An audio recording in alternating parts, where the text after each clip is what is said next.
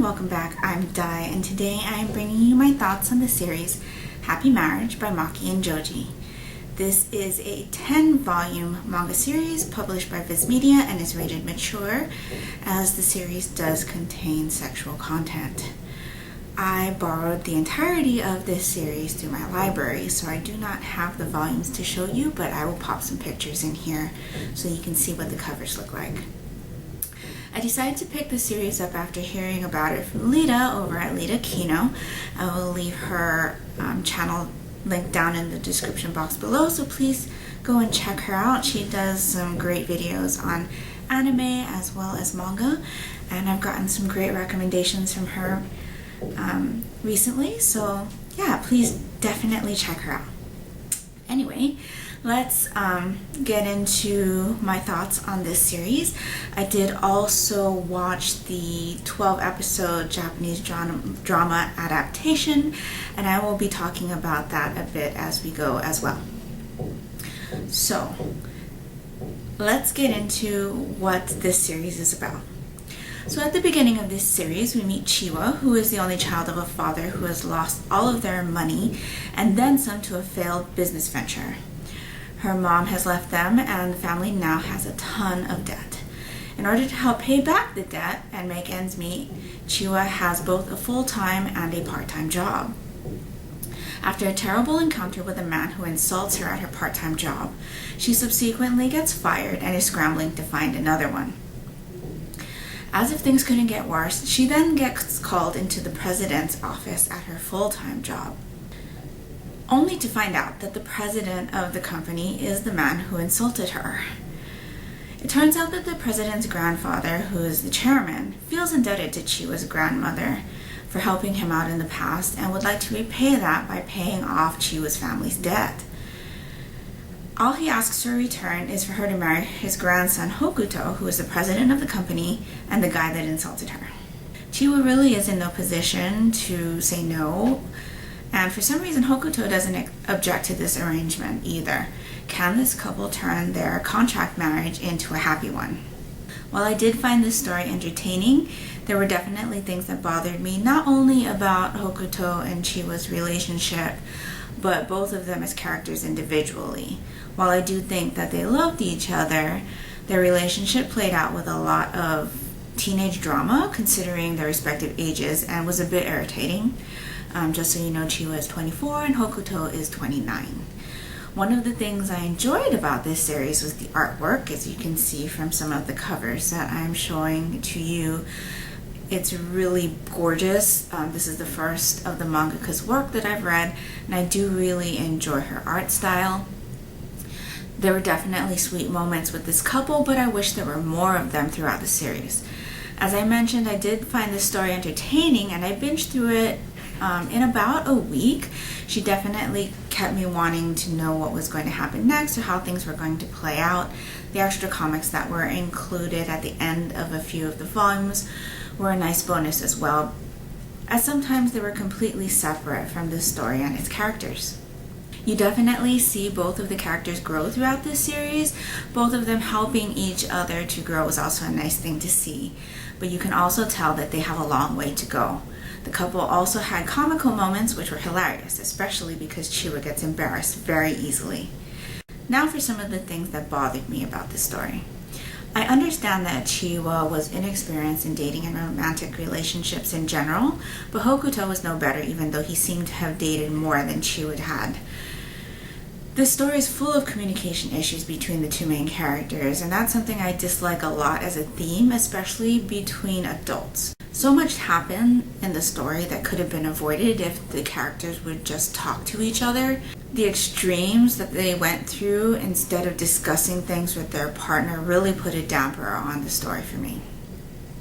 There were instances in the story where Hokuto slaps Chiwa because she's being hysterical with him. This happens on more than one occasion, and instead of calling him out on it, she lets it go like it's no big deal. It's not the greatest message there.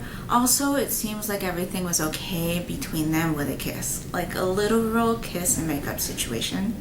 No matter how angry Chiwa was at Hokuto, if he kissed her, everything was right in the world, and that did not sit right with me. There was one volume in particular in which Chiwa cried throughout almost the entire volume, and it just put me on edge. She actually cried a lot in this series, maybe every volume now that I think about it, but I can only take so much, even when I know that it's because she's just so angry that she can't express it any other way. There's also one particular scene in the last volume where I feel like a line of consent was drawn and ignored, and it really put a damper on the ending of this series for me as well. So let's talk a little bit about Chiwa's dad. After all, he's the reason she had to agree to this contract marriage in the first place. So he puts the family in debt so great that Chiwa basically could never repay it in her lifetime. Does he contribute to helping pay back this debt? No. It actually seems like he doesn't even have a job throughout the entire series. Not only that, he tries to start up not one, but two more businesses. And in a situation like that, you kind of have to ask who the parent is in the relationship.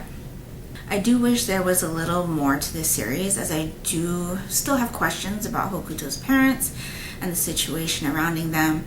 I kind of felt like the entire series was leading up to a moment where Hokuto finds out exactly what happened to his mom, but then the situation was explained away rather quickly, and it still left me with questions. There's also a surprise twist thrown in at the end, which also seemed to be explained away very quickly, and that just left me with more questions that weren't answered.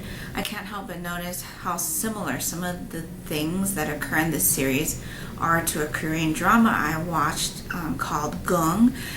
And even though I know that drama is based on a manhwa of the same name, this read has rekindled my interest in reading that series, even though the drama is something that I have rewatched several times in the past. All in all, I did enjoy the series, enough that I would reread it again with all of the problems I had on my first read-through. Will I be looking to add this to my collection? Probably not, especially since I know my library carries it. I'm definitely interested in checking out more work by this mangaka. Now, as far as the drama goes, I actually think I enjoyed it better than the manga series. For those of you who don't know, the drama stars Dean Fujioka, who plays Hokuto, and he is the singer of History Maker, which is the opening theme to the anime Yuri on Ice. If you've watched the Full Metal Alchemist live-action movie, which can also be found on Netflix, at least in the US, he plays Roy Mustang in that movie. The Japanese drama of Happy Marriage can be found on Amazon Prime Video, so if you have a Amazon Prime subscription, it's there so you can watch it and see what you think of it as well. Like I said, I think I enjoyed the drama adaptation a bit better than the manga. It definitely doesn't have all of the sexual content that the manga has. So if that's not something that you enjoy in the media that you consume, definitely check out the drama instead of reading the manga. As with all adaptations, there are some differences in regards to the story and in the direction that the drama took. I actually preferred the direction the drama took with Hokuto and Chiwa's story than how the manga handled it. It ended better with more closure for me, and I just found it more enjoyable in general. The issues I had with Chiwa's character and the issues I had with their communication not being great definitely weren't portrayed as heavily in the drama as they were in the manga. For once, I think that the changes that were made in regards to the drama storyline were a much better decision than the resolution of the storyline in the manga. It'll definitely be something that I watch again, and even though there were a lot of differences, the the main story up until the point where a big change in the storyline was made was pretty close to the source material. So I don't think that if you decide to watch the drama instead of reading the manga, that it would be detrimental or that you'd feel like you're missing out on something. The father character, how he was portrayed, there was a change in how he had acquired so much debt in regards to the drama versus the manga. However, the dad's character, I accepted it more than the dad's character in the manga. And even though what he did and he realized that what he was doing was hurting his daughter, it was still kind of the same. He didn't continue to do it throughout the series as he did in the manga. And the way the character was developed in the drama made him more like hilarious, I guess. And so I guess the comedy of his character distracted from